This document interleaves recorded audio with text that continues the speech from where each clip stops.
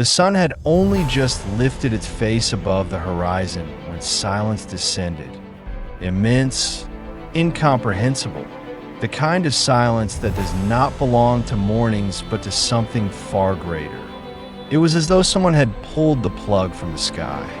In that impossible instant, leaves still trembling in the dawn air seemed to pause in mid-motion. The ocean lay as it always had, but beneath the ordinary breath of the world, a deeper force stirred. Inertia, that hidden law no one could see, had awoken to remind Earth's passengers that they were never truly at rest. At the equator, the very belly of the planet, every person, tree, building, and grain of sand was in truth rushing eastward at 465 meters every second. For billions of years, no one noticed because the Earth itself carried them. But when the rotation stumbled, even for a single heartbeat of time, that hidden speed broke free. The ground stopped. The air did not. The seas did not.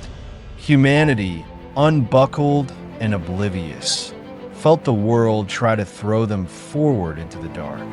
Empty highways transformed into rivers of wind. Storefront signs rattled against each other like bamboo, sticks beaten in a storm. Rooftops groaned, corrugated metal shrieking as though peeled by giant fingers. Entire forests bent as though in a single bough, their leaves screaming. Out on the ocean, fishermen saw the horizon twitch. It lurched forward, an impossible hiccup, and the sea rose as if shoved by the elbow of a god. Foam sprayed sideways, clouds of salt flung across the decks. The air pressed itself upon them, not like a storm gust born from heat and pressure, but like a wall, the whole atmosphere continuing its eternal journey while the planet beneath it faltered. On land, the sound was more terrible than thunder. It was the roar of air dragging itself across continents at a speed no storm had ever carried, a sound that tasted of rust and sand, salt and soot. Lan did not yet know she was a passenger on a runaway wheel. To her, the morning had been ordinary, a jog along the coastal seawall, her feet slapping damp concrete, her breath steady, her watch marking each beat. She had lived her entire life with the planet's hidden momentum, but had always been gentle, invisible, wrapped around her like the embrace of air. This morning it betrayed her. Her foot came down and the ground slipped. Not the concrete, not her own shoe, but the earth itself halting beneath her. Her knee buckled as her body lunged forward. The air, suddenly furious, slammed in her back like a wall of fists. Palm trees whipped overhead, their green crowns snapping, fronds slicing the sky. She reached for the railing, cold steel burning her palm. Her eyes watered as sea foam arched diagonally across the horizon. It looked as though someone had tilted the whole canvas of the world. Far inland, Minh sat before a wall of monitors in his weather station. He had watched storms, monsoons, and typhoons roar across maps. He had seen pressure systems twist and spin like dancers. But he had never seen graphs convulse like this. Barometric lines jerked, wind veins whirled and froze, leaping between directions as though confused. His instruments shrieked with data. The atmosphere was sliding, continuing its run while the ground had caught its breath. 1 second, he whispered. Just 1 second, but it was enough. The air, an invisible ocean weighing quintillions of tons, carried on. It bent around mountain ranges, pressed down into valleys, burst into sudden rivers of wind strong enough to lift cars.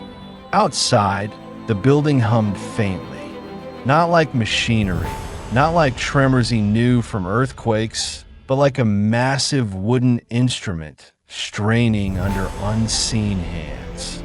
In seismology labs across the globe, needles leapt and scratched black teeth across rolls of paper. Earth's crust, balanced for eons by the spinning gyroscope of rotation, felt the sudden hiccup. Stress shifted. Fault lines long asleep slipped in their beds, not with catastrophic violence, but with the subtle treachery of small releases, tremors that hinted at what inertia could do if given more than a single second.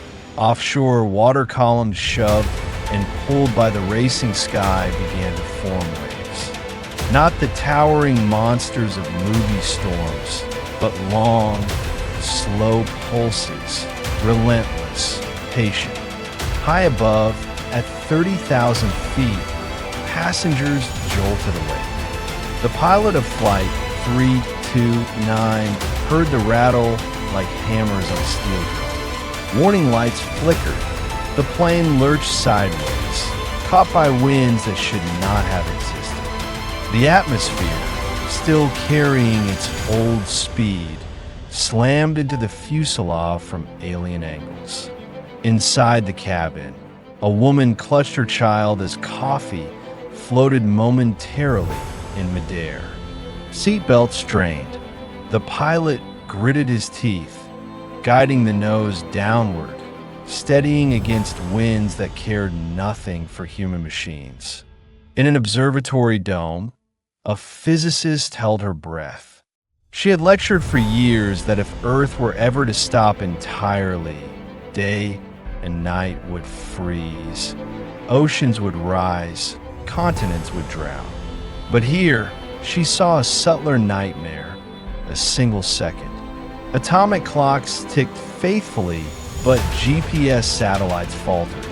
Orbits built on models of rotation now shivered with misalignment. At the equator, centrifugal balance had slipped. At the poles, almost nothing had changed. It was an uneven theft, and the data recorded it without mercy.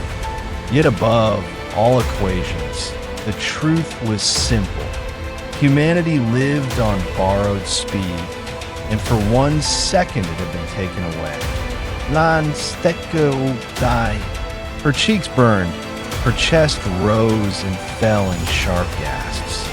The seawall railing groaned against the pull of air. A truck parked nearby shifted, rolled, and toppled like a child's toy beneath invisible hands. Voices shrieked, torn apart by the gale. Birds froze mid-flight, wings thrown back, then scattered in chaotic bursts. On a hill beyond, turbines spun like maddened dancers, blades blurring until emergency systems twisted them away to save their spines. The ocean's breath thickened. Waves lunged higher, longer, their rhythm deepened, as if someone had struck a colossal drum. At his console, Minh gripped the microphone. Coastal stations report. A broken, stuttering voice answered. Unusual surge detected, pressure rising a wall of water, low but endless, moving inland. Not one monster wave, but many. An oscillating tide, the child of imbalance. Hospitals across continents blinked with confusion. Monitors glitched. Heart machines jumped, not because patients failed, but because satellites above stumbled in their rhythm. Timing signals faltered, but backups steadied them. Still, the brief crack of error made nurses glance at one another with unspoken fear. Underground, the mantle churned on, vast and slow, unaffected. 1 second, meant nothing to molten iron. But on the surface, it was everything. Power lines quivered like taut strings. Transformers flared. Darkness fell on entire blocks as systems shut themselves down, desperate to protect their own circuits. And in that dark, one sound endured, the roar of air, the song of inertia. Then the second ended. Earth caught itself. The stumble passed. Rotation resumed. Not a jerk, not a shatter, but the quiet recovery of a dancer catching balance mid-step. But the air could not stop so easily. It had to be tamed by friction against mountains, forests, towers, oceans. The gales howled and weakened. Storms lessened into gusts, gusts into whistling breezes. The chaos unraveled into order. At the equator, where the wound was deepest, winds still tore at roots and rooftops. At higher latitudes, the sky folded into waves, curving like brushstrokes across weather maps. Later, meteorologists would explain it with tidy arrows. For now, Lan only felt it as wind across her back. For Minh, it was numbers sliding towards Santa. Lan clutched her bottle. Around her, people gathered themselves.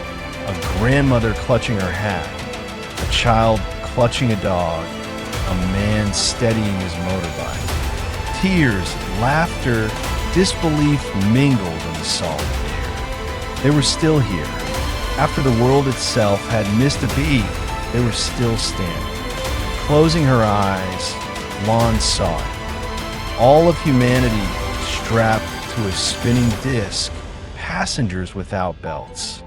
And when the disc faltered, inertia tried to hurl them into the void. Across the globe, people woke to skies that no longer looked like themselves. In South America, along the Amazon basin, villagers heard the rainforest roar with a voice older than humanity.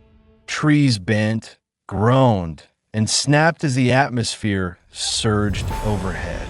Birds scattered in screeching clouds. Monkeys clung to branches that whipped like lashes, and the great river itself heaved against its banks.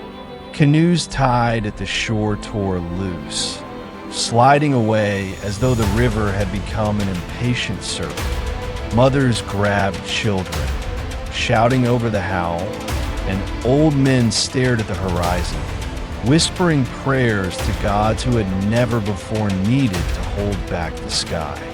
In Africa, on the golden dunes of the Sahara, caravans staggered, camels brayed, sand exploded upward in spirals, and entire dunes reshaped in a single sweep. For centuries, the desert had been sculpted grain by grain, but now it was as though a colossal hand had raped it in one violent motion. Traders covered their faces, their scarves plastered with grit, while jeeps tipped sideways under the invisible weight of inertia unleashed. In Europe, cities groaned under the strain. Church bells clanged unbidden, pulled by swaying towers. Windows shattered as pressure hammered their frames.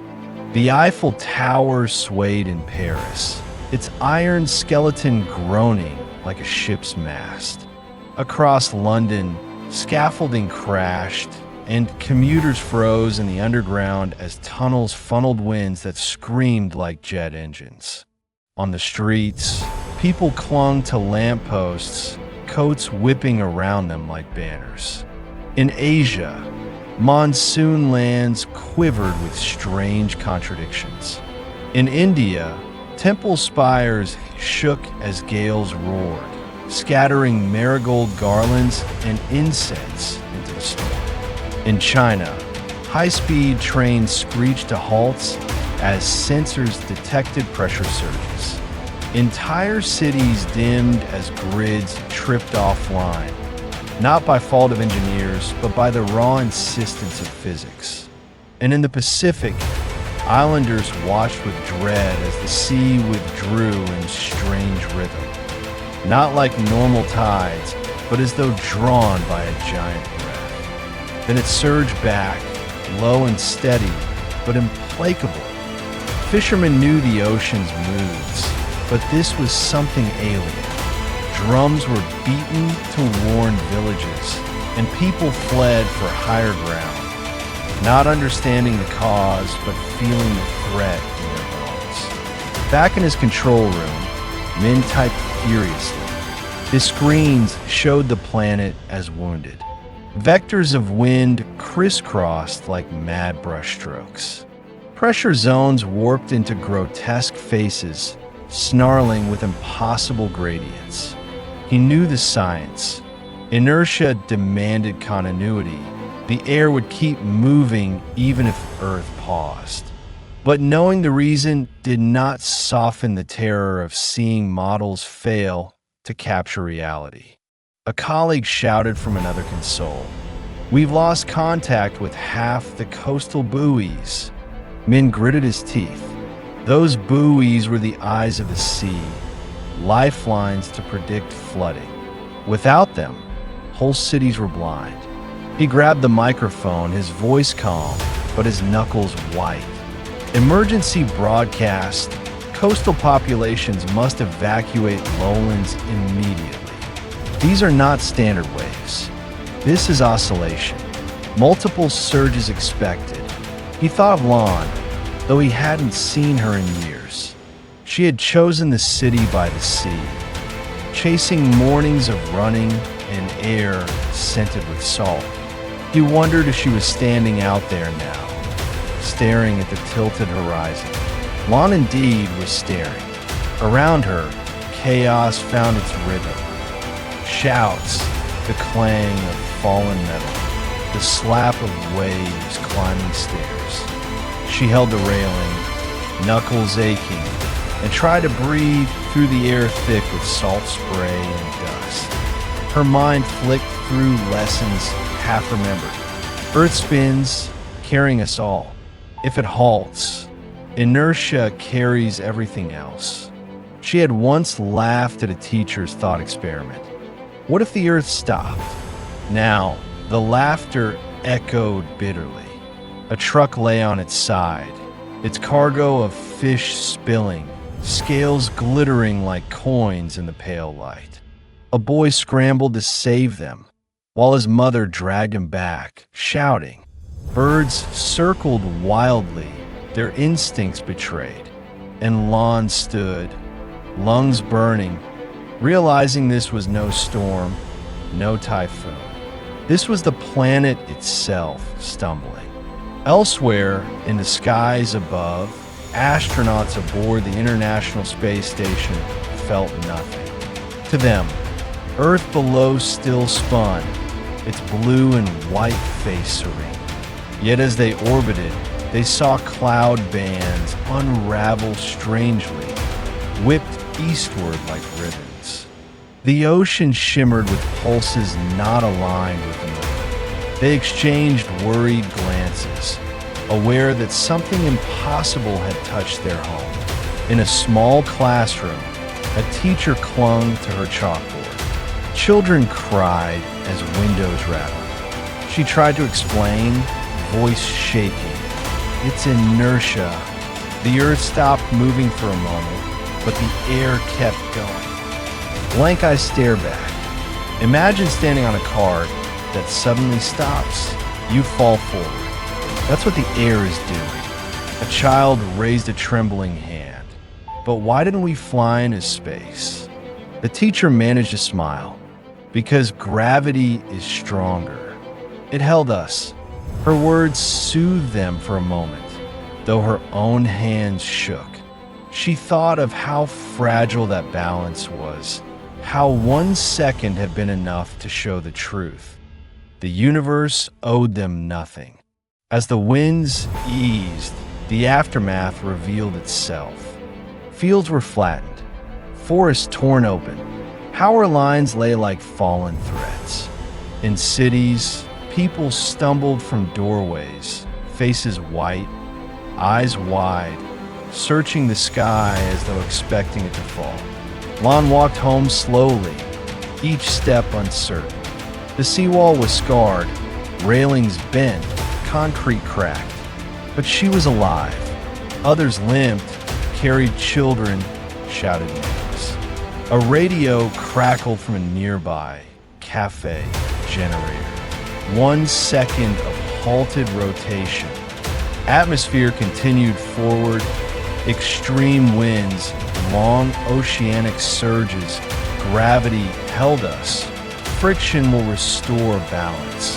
The voice was calm, deliberate, as though naming the chaos contained. Lan closed her eyes, listening. That night, the stars returned as though nothing had happened. Earth spun once more, steady as ever. But memories lingered. People would speak of it for generations. The day the planet stopped breathing. In her apartment, Lan lay awake, hearing phantom winds in her ears. Across the country, Minh finished his report. Unprecedented atmospheric inertia event. Global surges. Stabilization in progress. He paused, then added a final line for himself. We survived the second the Earth forgot to turn, and though both slept uneasily, they shared a thought the world could not ignore. If a single second could bring such chaos, what would happen if the pause had lasted longer? The winds had died, but silence weighed heavier than noise. In the coastal city, Lan rose at dawn, her legs trembling as though the memory of the gale still clung to her muscles. The seawall was scarred. Bent railings leaned like broken teeth. Concrete blocks bore cracks, and debris littered the shoreline. Splintered boats, collapsed kiosks, torn nets. The ocean itself breathed slower, its rhythm strange, as if unsure whether to return to its old habits. She jogged, but not to measure her time. Each step was a test. Was the ground steady? Did the air feel loyal again? Around her, others crept from homes, faces taut with fatigue. Children clung to parents, wide-eyed. Even the dogs, usually bold on the promenade, walked low, ears flat. Lan stopped near Fallen Palm. Its trunk lay across the walkway, roots ripped out like knotted veins. She placed her hand on its bark. We both survived, she whispered. Across the country, Minh stared at his screens. The graphs had quieted, lines settling into familiar patterns. But he knew they were only surface truths. The atmosphere was still digesting the event. The ocean's surges still marched toward distant coasts. His colleagues collapsed in chairs, exhausted. He dictated into a recorder, preliminary report. Global atmospheric inertia caused extreme surface winds, particularly along equatorial regions. Structural damage widespread. Secondary effects. Coastal oscillations resembling tsunamis, but with different signatures. Geologic disturbances minor, but measurable. Systems stabilizing. He paused, rubbed his eyes, then added. Psychological effect on population severe. The event lasted 1 second, but perception stretches it into eternity. Survivors describe it as if time itself betrayed him. He stopped the recorder. His voice had cracked on the last word. He took a deep breath and thought of Lan. He did not know why she kept returning to his mind. Perhaps because she lived on the front line of the sea. Perhaps because in moments when the earth falters, the mind seeks anchors. The world's leaders gathered in emergency calls. Screens lit across time zones. Translators scrambled as presidents, prime ministers, and scientists spoke at once. "What happened?" one demanded. "An unprecedented anomaly," replied a physicist, voice flat. "The Earth's rotation halted for approximately 1 second." "That's impossible," said another. "Yes," the physicist agreed softly. And yet, they debated endlessly. Causes, conspiracies, divine punishment. But behind the noise, one truth stood unchallenged. The event had happened, and no one could explain why. Religious leaders filled the gap. In temples and churches, in mosques and shrines, voices declared the event a sign, a warning. Congregations swelled.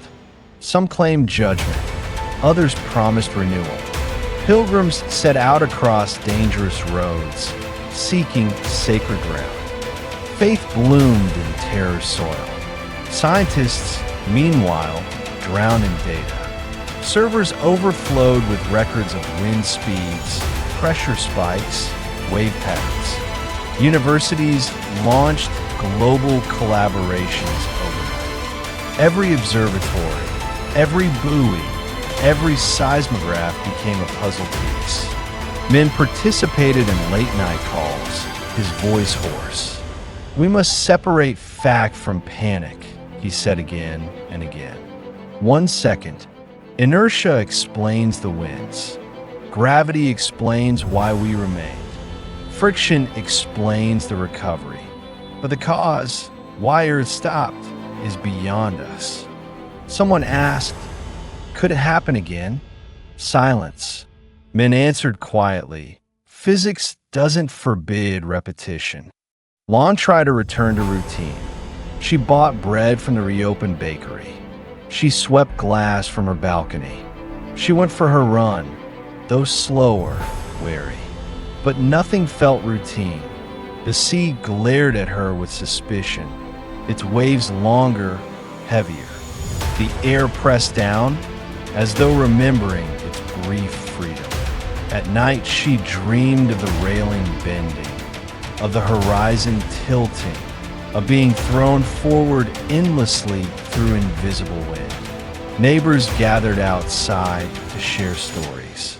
An old man said he saw the stars ripple. A mother swore the sea spoke her name. Children imitated the roar of air with their hands cupped over mouths, half play, half fear. Lan listened, silent, her heart clenching with each retelling. In a hospital, a nurse described how machines failed for seconds. "It was as if our patients' hearts stopped all at once," she whispered. But it wasn't them. It was the clocks. In markets, vendors laughed nervously. The earth took a breath. One said, pouring tea. "Now we owed a song." Poets filled the air with metaphors. Musicians wrote symphonies of sudden silence and violent wind. Painters splashed canvases with streaks of black and white. Horizons tilted, oceans clawing at skies. Humanity transformed fear into art, desperate to control what could not be controlled. Min sat in his office long after colleagues left. He played recordings of the event. The sound of the wind filled the room, an endless howl, then a sudden quiet. He closed his eyes. He thought of Lan again, though he had no reason to know her safety. Yet he imagined her on the seawall, gripping the railing. He imagined her eyes wide, her body braced against the gale. He told himself she was alive. She had to be. Lan sat on her balcony, radio buzzing softly. A calm female voice explained. The Earth spins at 1,600 kilometers per hour at the equator. When that stopped, inertia carried the atmosphere forward. Gravity held us down. Friction slowed the chaos. We survived because the laws of physics, though terrifying, are also merciful. Lan whispered the words back, like a prayer. Gravity held us down. Days passed. The world adjusted. Power returned. Markets reopened. Children laughed again. But the memory lingered. People glanced at the sky more often. They walked carefully, as though the ground might betray them again. Scientists could not explain the cause. Politicians offered reassurances. Religious leaders promised meaning. But ordinary people, like Lan and Minh, lived with the question echoing louder than any answer. What if it happens again? Lan found herself running again at dawn. The sea was calmer, the air cleaner. Each step was a negotiation with trust. She paused at the seawall, staring east. Minh, miles away, closed his report with trembling hands. His final words, 1 second, shook the world. Humanity must prepare for more. Both stood, unaware of each other, but bound by the same thought. The earth had stumbled once. It could stumble again. And if 1 second could nearly unmake the world, what would 5 do? The world did not end, but it no longer felt invincible. Weeks passed, yet the memory of that second clung like a shadow. Cities rebuilt, markets reopened, and children chased kites once more, but behind every laugh was an unease. People glanced at clocks as though they might skip again. They looked at horizons warily, as if the sea might lunge without warning. Humanity had tasted fragility, and it could not forget the flavor. Lan woke each morning earlier than before. Running had become less about exercise and more about reassurance. Each stride was a silent question. Is the earth still spinning beneath me? The seawall was patched, railings welded. Those scars remained like cracks in a healed bone. Fishermen hammered new boats together, their laughter brittle. Tourists had not returned.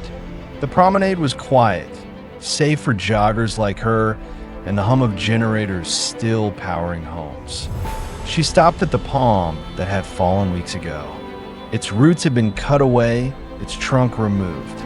Only a hollow remained in the earth, a reminder of how suddenly strength could be torn out. She touched the soil, whispered to herself, still standing.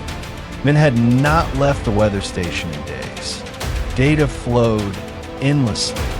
His colleagues rotated shifts, but he lingered. He wanted to believe he was searching for answers, but deep inside, he knew he was listening for echoes, signs of another pause. On his screen, models churned with familiar cycles.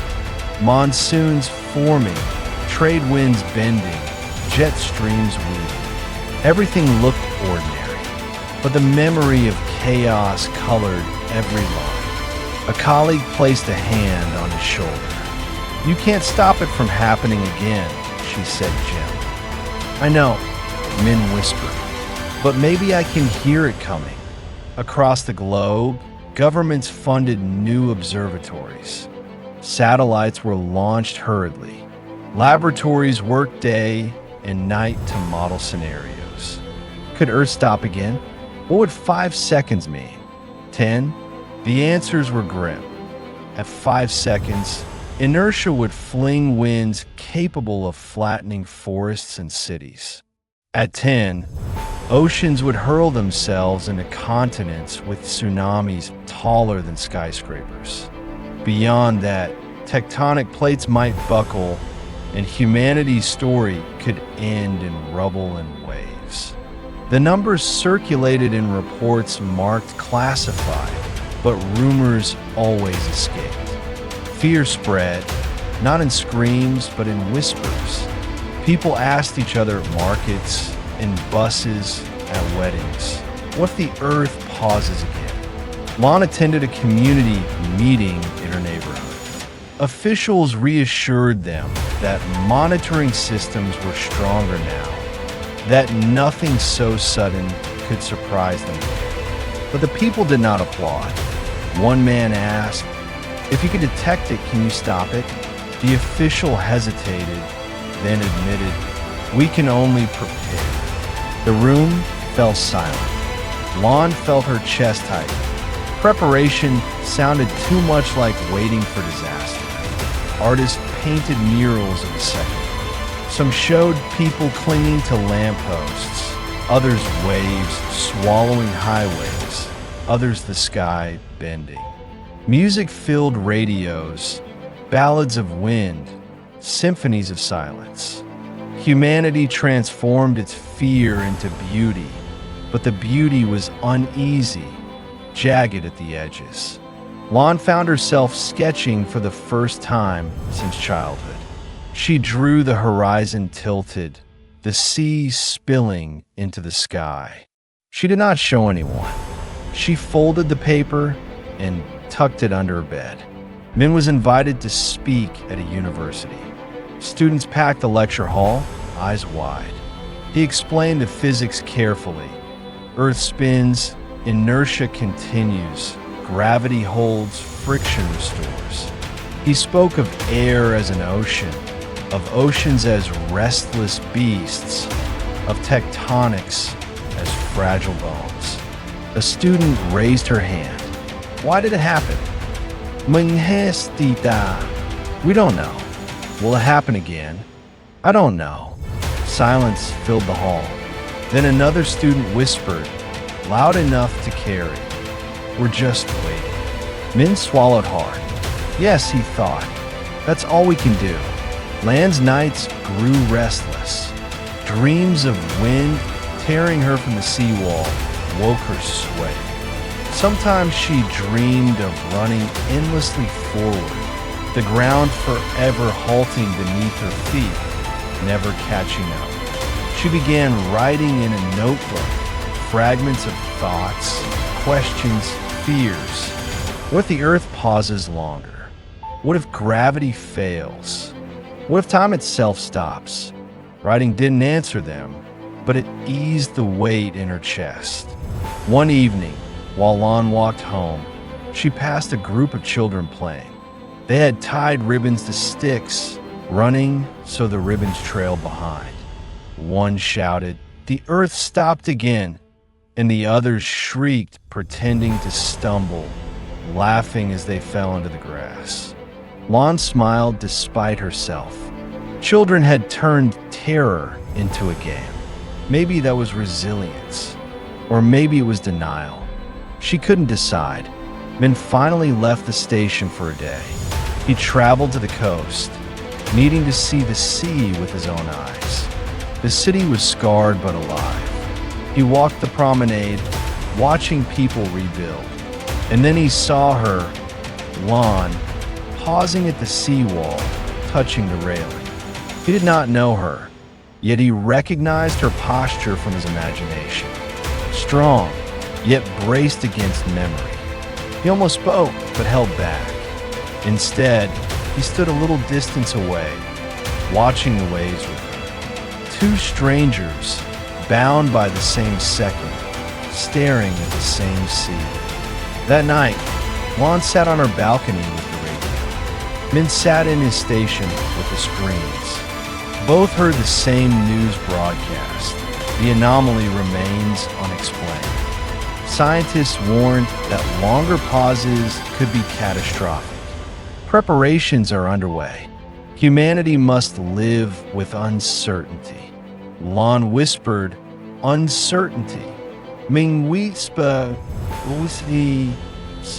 Neither knew the other's voice, but both carried the same word into sleep. In dreams, the earth paused again, and this time it did not start. The sea had grown quiet again, but quiet was not peace. Lan walked the seawall each morning, her shoes tapping a rhythm she tried to trust. The horizon had softened, its waves calmer, its light forgiving. But she could not unsee the tilt from that second. The slanted line of sky and ocean burned into her memory. She told herself routine was healing. Run breathe, sweat, drink water, nod to neighbors. Yet beneath each step was the question, what if it stops again? One morning, as she paused at the railing, her ritual now touching cold steel as though it tethered her to the planet, she heard a voice beside her. It feels different now, doesn't it? She turned. A man stood a few meters away, tall, thin, eyes tired but steady. He wore the plain shirt of someone who had worked too many nights and carried a notebook under his arm. Lan hesitated. The railing, the world, he said. She studied him. There was a calm in his tone, not because he was unafraid, but because he had measured the fear so often it had become familiar. I'm Minh, he added softly. Lan, she said. They shook hands. Both hands were cold. They walked together along the seawall. Minh asked about her running, her routine. Lan asked if he lived nearby. He smiled faintly. I work inland. Meteorology. Lan raised her eyebrows. So you watched it happen? I recorded it, he said. His voice cracked slightly. Graphs. Data. Equations that screamed louder than any storm. Lan and salet sao. I just held on to this railing. Both of us were clinging to something, he replied. They stopped, staring out at the ocean. For a while, neither spoke. The silence was not empty. It was filled with recognition. They began meeting often. Some mornings, Lan waited by the seawall. Other days, Minh appeared first. They walked, sometimes in silence, sometimes in words. Lan confessed her nightmares. I dream of running, but the ground halts under me again and again. Minh confessed his obsession. I listen to data like it's a heartbeat. I'm waiting for it to skip again. They did not judge. They carried each other's fears as if they were weights that could be shared. Meanwhile, the world argued. In crowded plazas, preachers raised their arms, declaring the second a divine message. The earth paused because we forgot our humility, they shouted. Crowds wept, prayed, promised change. In lecture halls, scientists insisted on physics. It was an anomaly, unexplained but not supernatural. We must study, prepare, not surrender to fear. Students applauded, though their applause was thin. Television hosts debated endlessly. Punishment or physics, prophecy or phenomenon. Audiences watched, not for answers, but for the comfort of voices filling silence. Lan and Minh sat in cafes, listening to radios blare these arguments. Sometimes they laughed bitterly. Sometimes they fell quiet. What do you believe? Lan asked once. Minh stirred his tea. I believe in data, but data doesn't stop my hands from shaking at night. Lan not that. I believe in running, but running doesn't stop my dreams. They smiled at each other, sad but relieved. Neither had answers. Both were still searching. One evening, Minh invited Lan to the weather station. She hesitated, afraid of graphs, afraid of reliving the second, but curiosity tugged her. The building smelled of dust and coffee. Screens glowed with streams of numbers. In one room, a giant projection displayed global wind patterns. Arrows curved like veins across continents, pulsing with invisible breath. Minh Pai Dan, this is the heartbeat of the planet. Normally it's steady. That day it spasmed. Lan stipet for metsmedi. The arrows shifted in real time, dancing across oceans. She thought of them as rivers of air, invisible yet powerful, flowing above her every morning run. It's beautiful, she whispered. And dangerous, Minh said. She turned to him. like us. For the first time since the second, Minh laughed, soft, genuine, breaking the weight in his chest. But beauty could not erase fear. A month after the second, a strange surge rattled the Pacific. Satellites detected shifts in wind speed. Ocean buoys bobbed unnaturally, and rumors spread. It's happening again. Crowds panicked. Markets emptied. Highways clogged. Parents clutched children, praying, screaming. But the surge subsided within hours, explained as a rare but natural oscillation. Still, the damage was done. Humanity had learned to flinch at shadows. Lan clung to the railing that evening, knuckles white. Minh found her there, breathless, tears on her cheeks. "I thought it was the end," she admitted. "So did I," he whispered. They stood together until the sky grew dark, two figures framed against the endless ocean, waiting for the earth to betray them again. In quiet moments, their bond deepened. Lan shared stories of her childhood by the sea, her love of mornings, her dreams of traveling. Minh shared his years of study, his long nights of equations, his loneliness among numbers.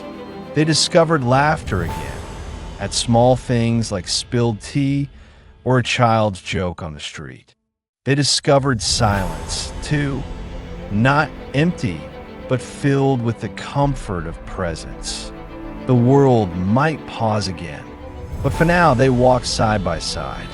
And yet, always, the question lingered. What if next time it lasts longer? Lan awoke to the sound of the ocean. The waves had returned to their usual rhythm, soft and steady. Yet each crash against the seawall still carried a phantom echo of that terrible day. She lay in bed, staring at the ceiling, listening as if the water might whisper a warning. Only when the sun began to climb did she rise, lace her shoes, and step outside. The air was crisp.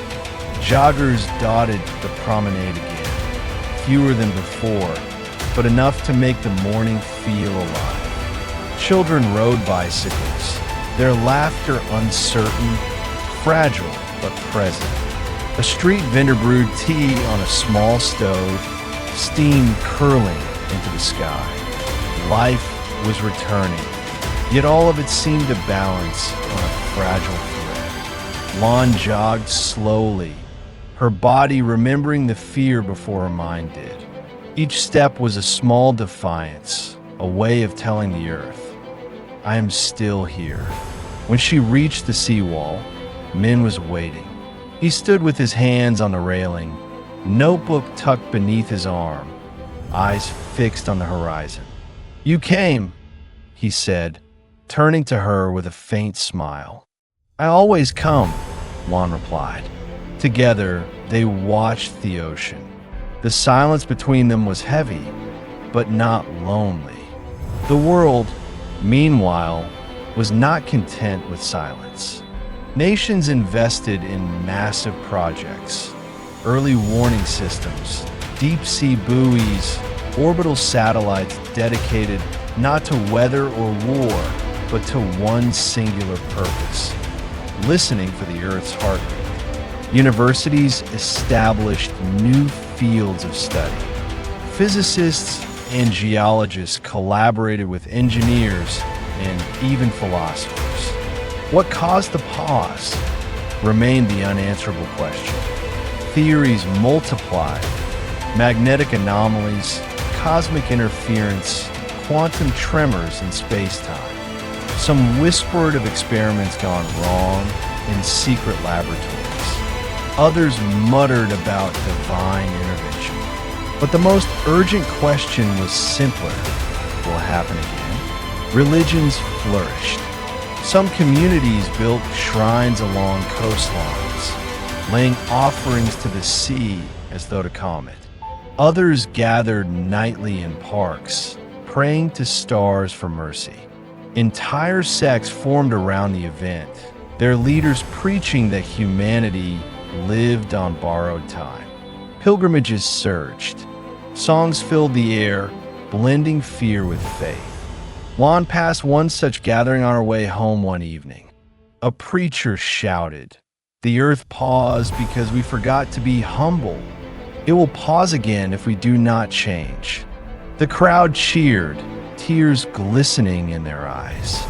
She stopped, watching. Men, walking beside her, muttered, "Fear makes prophets of anyone." Lan asked quietly, "Do you believe him?" "Menghestita." "I believe the earth does not care about us, but I believe fear makes us care about each other." They walked on. Lan's nightmares worsened. In one, she dreamed of standing at the seawall, the horizon tilting again, but this time it did not return. She floated forward endlessly, her body carried by invisible wind, until the stars swallowed her. She woke gasping, reaching for the railing that was no longer there. Minh, too, wrestled with insomnia. He listened to recordings of atmospheric data. The ghost of that second captured in numbers. The howling winds replayed in his mind, over and over. Sometimes he would call on late at night, not to speak, but just to hear another human voice. One night she asked, "Do you ever wish you hadn't seen the data? That you were just ignorant like me?" He replied softly, "I wish I had been ignorant for one more day. But now that I've seen it, I can't stop listening." Governments organized drills. Sirens were tested. Evacuation routes rehearsed. Schools taught children what to do if the earth paused again. Stay low, hold on, find cover. The advice felt flimsy, but it was something. At first, people mocked the drills. Then they remembered the wind, the waves, the silence. Attendance improved. Families carried emergency kits. Cities stocked shelters. Humanity lived as though preparing for an earthquake that might never come. One afternoon, Minh invited Lan to join him at a university conference. She hesitated. She was not a scientist. What would she do there? But Minh insisted. It's not about equations. It's about understanding what we're living through. The auditorium was full. Scholars presented papers, graphs, simulations. One showed a model of what would happen if the Earth paused for 5 seconds. Skyscrapers collapsing, waves higher than towers, continents trembling. Gasps filled the hall. Lan clutched Minh's hand under the table. He did not let go. When the session ended, she turned to him. "I wish I didn't know. I wish we didn't have to," he admitted. Their bond deepened, shaped by shared fear. They spent evenings together, walking, cooking simple meals, sharing silence. Lan taught Minh to run along the seawall. Minh taught Lan to read wind charts, showing her how invisible rivers flowed across the globe. One evening, as they watched arrows dance across a glowing map, Lan whispered, "It feels like we're trying to read the thoughts of a giant." Minh nodded, and praying it doesn't roll over in its sleep. They laughed, though the laughter trembled.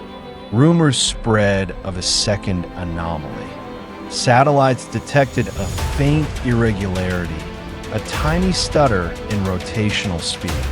Officials denied it. Scientists argued. The public panicked. Markets crashed overnight. Flights were grounded. Families fled inland. For 3 days, chaos simmered. Then the anomaly vanished, explained as a measurement error. But the damage was done. Trust in normalcy had fractured further. Humanity now lived on edge, as though standing always at the seawall, waiting for the horizon to tilt. Lan and Minh clung to each other through the panic. "If it happens again," Lan whispered one night, Promise me we won't face it alone. Min, touch your hand. We already aren't. The world continued spinning. The sun rose, the sea breathed, the winds flowed. But beneath it all was the knowledge that 1 second had nearly unmade everything. Humanity had learned to live with borrowed time, with the weight of waiting. And somewhere in the silence of the universe, perhaps, the earth was deciding whether to stumble once more. The world had learned to wait. But waiting is not living. Months passed after the first pause. Humanity carried on. Cities rebuilt, ships sailed, markets buzzed. Yet beneath the routine pulsed a quiet dread. Every sunrise felt like a gamble. Every evening, people whispered prayers to science or to gods that tomorrow the earth would still spin. Lan and Minh clung to each other through the unease. Their bond had deepened not through laughter or comfort alone, but through the honesty of shared fear. They walked together each morning, Lan's feet tapping the seawall, Min's eyes scanning the horizon as though it might confess a secret. They cooked meals in the evening, sometimes in silence, sometimes with words. They were not always joyful, but they were always together. For the first time since the second, both felt less alone. But the world itself was restless. Satellites began detecting tiny irregularities, barely perceptible, but enough to stir whispers. The Earth's spin wavered, like a heartbeat skipping a note. Scientists debated, was it an error or the beginning of another pause? Governments stayed silent, unwilling to ignite panic. Yet the people felt it anyway. Supermarkets emptied in waves. Pilgrimages swelled again. Markets shuddered. Humanity had grown too sensitive to shadows. Lan noticed the air felt heavier on her runs, though she told herself it was her imagination. Minh noticed small spikes in his data, though he told colleagues they were noise. Both knew the truth deep inside. The earth was preparing another breath. It came at dusk. Lan and Minh were together on the seawall, watching the horizon bleed orange into indigo. Children played nearby. Couples strolled, laughing nervously. The world looked deceptively normal. Then it happened. The ground shivered, not violently, but decisively. A ripple ran through the air, an invisible cord struck by a hand too large to see. The ocean lurched, not in waves, but in posture, as if the entire surface had tilted. Lan gasped, gripping the rail. Min's notebook fell from his hands. The earth had paused again, this time for 5 seconds.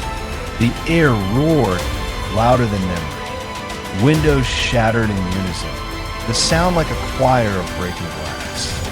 Trees bent low, roots tearing. People screamed as winds hurled them against the seawall. The ocean surged, climbing stairs, swallowing benches, dragging toys and bicycles into its depths. Lan felt her body yanked forward, her grip slipping. Minh grabbed her wrist, holding with every ounce of strength. His other hand clung to the railing, metal biting into his skin. The world blurred, wind, water, screams. Time stretched. 5 seconds became eternity. Inland, buildings cracked, bridges twisted, power lines snapped, sparking like lightning. Entire forests toppled, waves of green falling like dominoes. Rivers burst their banks. Around the globe, the same story unfolded. Winds flattening plains, seas invading coasts, cities crumbling under invisible pressure. Humanity clung, screamed, prayed, and then, just as suddenly, the pause ended. Earth caught its balance again. The winds shrieked one final note, then began to soften. The ocean, wild and swollen, retreated reluctantly. Dust settled. Silence fell. Lan collapsed to her knees, gasping, soaked in seawater and sweat. Minh fell beside her, arms trembling from the effort of holding on. Around them, survivors coughed, cried, stared blankly at the sky. "It was longer," Lan whispered. Minh nodded, face pale. 5 seconds. They sat there, side by side, as sirens wailed across the city. The aftermath was worse than before. Entire neighborhoods lay in ruins. Coastal towns were swallowed. Power grids collapsed worldwide. Millions were displaced. The global economy fractured. And yet, humanity endured. People helped strangers from rubble, shared food, carried the wounded. Scientists shared data openly across borders. Nations set aside rivalries to coordinate relief.